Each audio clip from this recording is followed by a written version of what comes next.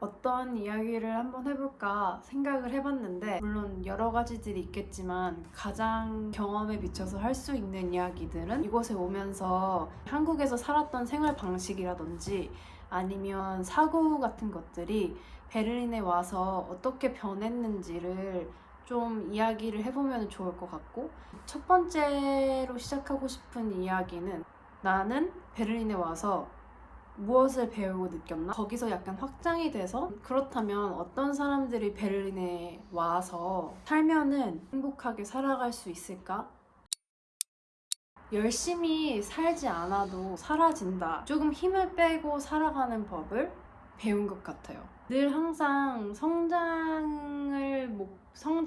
하는 방향성으로 삶을 살아왔던 것 같은데, 이곳에서의 사람들은 우리나라 사람들보다 열심히 안 사는 것 같은 거예요.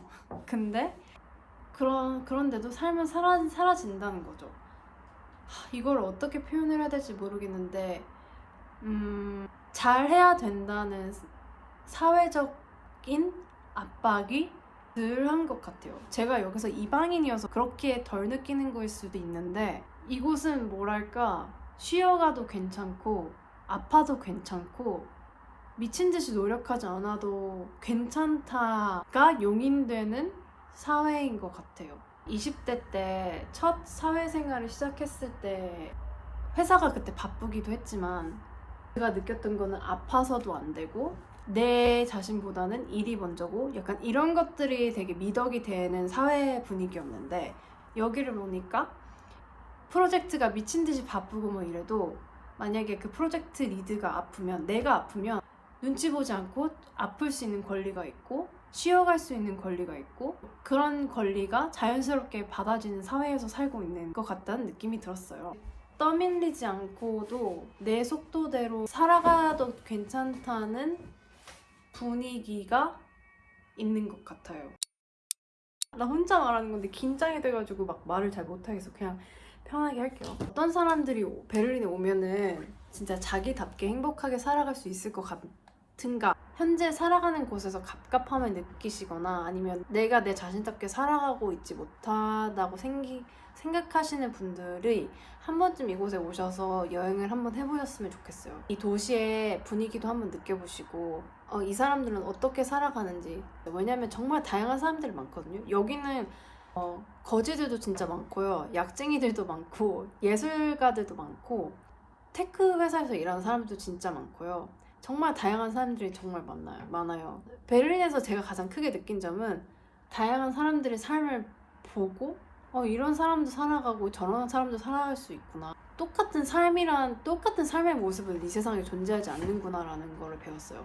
이 사람이 어떻게 살아가든 그 사람의 삶을 응원해주고 그냥 멀리서 지지를 해주고, 아니면 굳이 그러기 싫다 하면은 그냥 이렇게 살아가는구나, 그냥 그 자체를 인정해주는 사회 분위기가 저는 너무 멋있다고 생각을 했고, 베를린이 그 주는 분위기 자체가 되게 러하잖아요.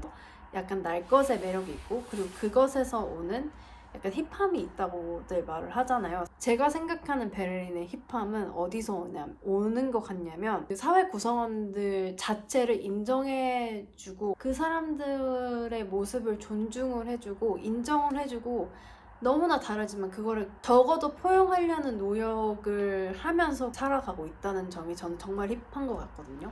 비단 사람뿐만이 아니라 반려견, 반려묘 이런 것들에서도 너무 흔히 볼 수 있거든요. 예를 들어 베를린 같은 경우에는 반려견들을 데리고 대중교통을 편하게 탈 수가 있어요. 이 도시에서 살아가고 있는 생명체들이라고 할게요. 그런 생명체들을 존중하고 있다는 모습에서 저는 그게 굉장히 멋있고 배울 점이 많다고 봅니다. 나는 정말 한국인으로서 한국에서만 살다가 한국인만의 관점으로 세상을 바라보다가 이곳에 와서 독일인도 아니고 한국인이고 아시안이고 남성도 아니고 여자고 majority가 아니라 minority가 된 거예요. majority가 될 수 없구나라는 것을 느꼈는데, 그 상황에 처해 있지 않았을 때는 몰랐다가 내가 그 상황에 처해 있게 되니까 세상을 바라보는 시야가 좀 트였다고 할까요? 어떻게 하면은 내 역할을 잘하면서 살아갈 수 있는지와, 베를린이라는 도시 공동체가 어떻게 이 많은 다양한 사람들을 포용하고 이해하려는 노력을 하고 있는 것 같아요. 다양한 시각을 가진 사람들을 어우러주고 안아줄 수 있는 도시를 원하시는 분들이 이곳에 오면은 자신답게 살 수 있지 않을까라는 생각을 해요. 에이, 냉큼 베를린을 와야지라는 것이 아니고 이곳에 와서 여행도 해보고 조금은 살아보고 이 도시가 본인한테 줄 수 있는 것들은 무엇인지를 경험을 해보고 고민을 해보고 오시는 게 좋을 것 같다고 생각을 해요. 저는 베를린에 살면서 저답게 살아갈 수 있는 자신감을 얻은 것 같아요. 베를린에 굉장히 개인주의적인 성향이 강해요, 도시 자체가. 그렇기 때문에 한 사람의 바운더리를 방해하지 않고 침범하지 않는 한 무엇을 하든 간에 존중을 해주고 인정을 해주는 그런 사회적인 분위기가 있거든요. 그래서 그런 것들 때문에 나를 포장하지 않고 담백하게 살아갈 수 있지 않나라는 생각이 들어요. 근데 하지만 베를린도 가끔 너무 과할 때가 있어요. 일단 도시도 더럽죠. 절대 깨끗한 도시가 아니고 베를린은 분명히 모두가 생각하는 아름다운 도시는 아니에요. 하지만 도시가 주는 그 특별한 매력은 분명히 있는 것 같아요. 약간 쌀쌀맞은 친데레 언니, 약간 선배 같은 느낌이에요. 겉으로 보기에는 정말 차갑거든요. 사람들도 굉장히 냉정하고 뭐 안 웃고 막 이러는데 그 안에서 따뜻함을 느낄 수 있어요. 약간 친데레처럼. 적어도 다양한 사람들을 포용하고 안아주려고 노력을 하고 있는 도시인 것 같아요. 그렇기 때문에 외국인으로서 살아가기에는 물론 영어도 가능하기 때문에 이곳이 상대적으로 독일 안에서는 나은 부분이 있는 것 같기도 해요. 그래서 오늘은 내가 베를린에 살면서 뭘 느꼈는지, 그리고 어떤 사람들이 베를린에 와서 살아보면 좋을지 약간 이런 것들에 대해서 얘기를 해봤는데 도움이 되셨을지 모르겠어요. 모르겠어. 재밌었는지도 모르겠고. 하지만 내가 말하고 싶은 내용들은 다 들어가 있어.